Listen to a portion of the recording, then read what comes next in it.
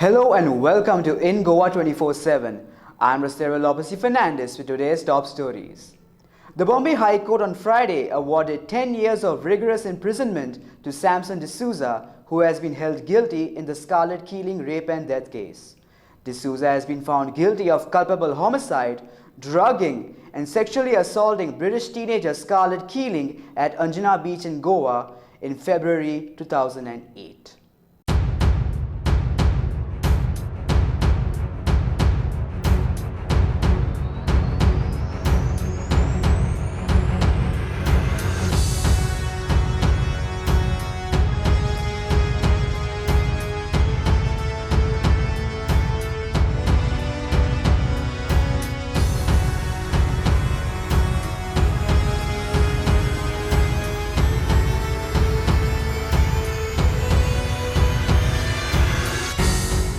On Thursday, a bench of Justices R.D. Dhanuka and Prithviraj Chavan convicted D'Souza under sections 328, 354, 304 Article 2, 201 of the Indian Penal Code and Section 8 Article 2 of the Goa Children's Act.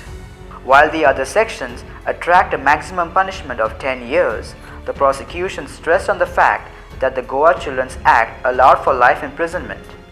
D'Souza, who was brought to court, was first taken into police custody, with the bench hearing both the arguments before pronouncing the final quantum.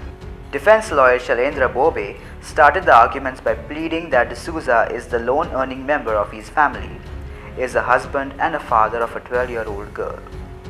Bobe further explained that D'Souza had served 6.5 months behind bars while the case was being investigated preceding the trial. The lawyer said he has no other criminal record in the past or in the 11 years that the trial was in progress or any other blemishes in his record. Bobe also informed the bench that D'Souza had taken up a skill in the last few years since he came out of jail. The defense pleaded that the bench should take the case as a matter of commission, claiming that D'Souza's nature of the crime was not harsh or gruesome or cruel.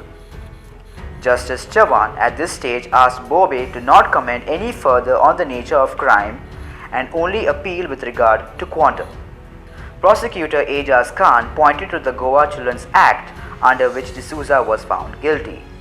While all the IPC sections have a maximum quantum of 10 years, it is only Section 8 of Article 2 of Goa Children's Act which has a provision for life imprisonment, he said. Khan started his arguments by saying the defense was wrong in appealing that the act was not cruel. The final verdict in this matter is that under Section 328, which is providing narcotics to Scarlett, he has been convicted for 10 years rigorous imprisonment. Under Section 354 for assaulting her, he has been convicted for 5 years of rigorous imprisonment. Under Section 304, that is culpable homicide not amounting to murder, he has been convicted for 10 years rigorous imprisonment. And under Section 201, which is the destruction of evidence, he has been convicted to 2 years rigorous imprisonment.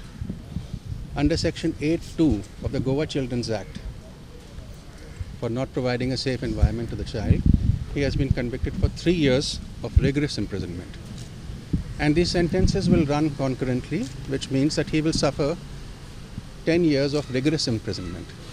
Besides this, there is also a fine of 2,60,000 rupees payable to Fiona, the mother of the deceased, Scarlett's mother. And if he fails to pay that fine, he may suffer another 3 years of simple imprisonment. So this was the decision of the court. They had moved an application for suspension of sentence for a few weeks until they can prepare an appeal, but the Honorable Court was not inclined to grant that application, and they have committed him to the trial court, which is the children's court, to be further sent to the prison straight away. So from the court, he would be going to the prison.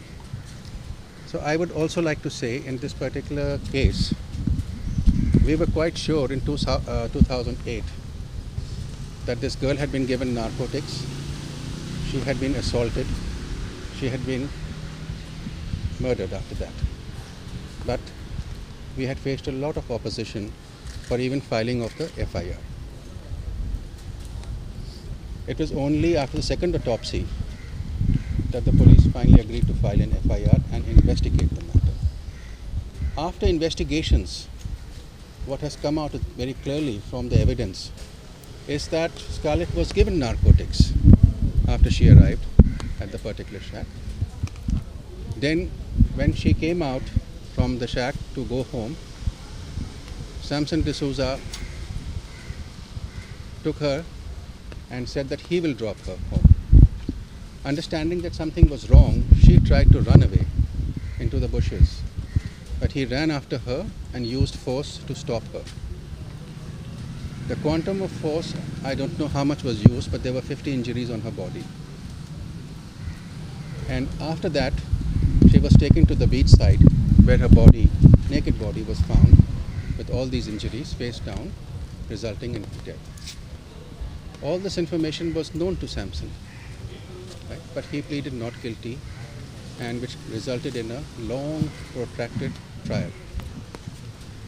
So keeping in mind his conduct of consciously giving this girl those narcotics and causing her death, his conscious decision of not assisting the investigations, his conscious decision not to plead guilty, and putting the state through such a long trial and the mother through so much trauma, the court was not inclined, I think, to give a lesser sentence. This girl would not have got justice had it not been for the media to take up the matter and not let this case be buried first. The second major assistance we find is the good work done by the CBI. Could a process of law not get to the truth, right, in time? But eventually it did. I do hope that we learn our lessons, that in matters of foreign nationals, we are able to devise a process, right, which does not require them to come again and again from their countries to seek justice in case they are victims of crime. As far as Indians are concerned, if we are locals, we may come to the court for a longer period, but it's difficult for a foreign national to do that. So that aspect needs a little attention. A little attention is required on the narcotics front. The sale of narcotics, along with a few bad apples in the Goa police, right, gives these criminals the confidence to do this crime and get away with it. We need to keep our children safe. And whether the child is 4 years old or 14 years old, they should be able to walk freely in our country without any fear. And if they can walk and live without fear, it's only then that the society will progress. But today we are in a sort of condition where we tell our children, don't go after dark, don't go here, don't go alone, don't go here. We put the fear. And this fear we put because criminals go scot-free. Right? We have a situation where criminals go scot-free and citizens live in fear. That needs to be reversed. Good morning, everybody.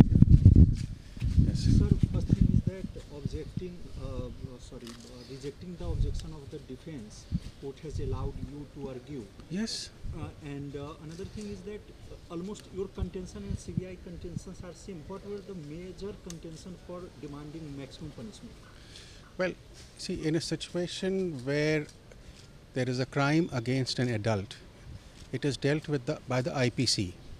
And then depending on the levels of crime, right, there is a weightage to the sentence. The IPC gives certain amount of liberty to the court to reduce the sentence or to enhance it. Whether it is reformative in nature, right, or it is a deterrent and a message to society that you should not do this. A crime of a man against another man is treated under these sections of law. But by the natural principles of law, every adult by nature protects a child.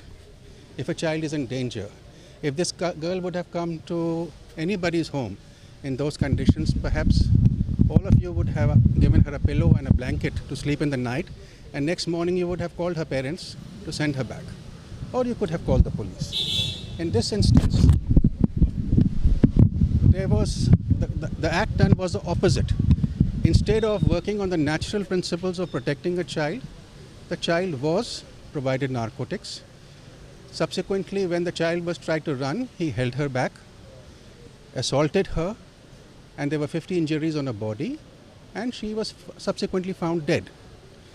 After that, he has not assisted in the investigations, and he has pleaded not guilty, going through a 10-year trial or 8-year trial. Right. So my contention was only this, that a person who can attack a child should be given higher levels of sentence than a person who will attack an adult.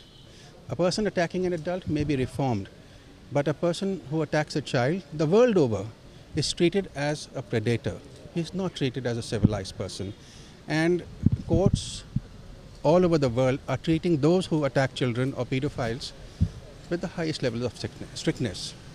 So I hope that my arguments may be given some weightage, and we wait. We have the highest respect for the decision of the High Court.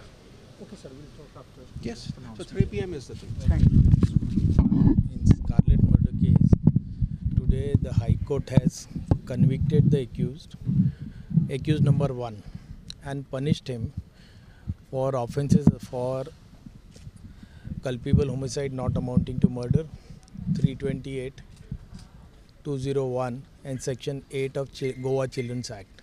इसमें उनको 10 साल की सज़ा हुई है और fine हुआ 1 लाख रुपया. बाकी छोटे सेक्शंस में कुछ अमाउंट 50,000 25,000 हुआ है. नहीं, all sentences would run concurrently.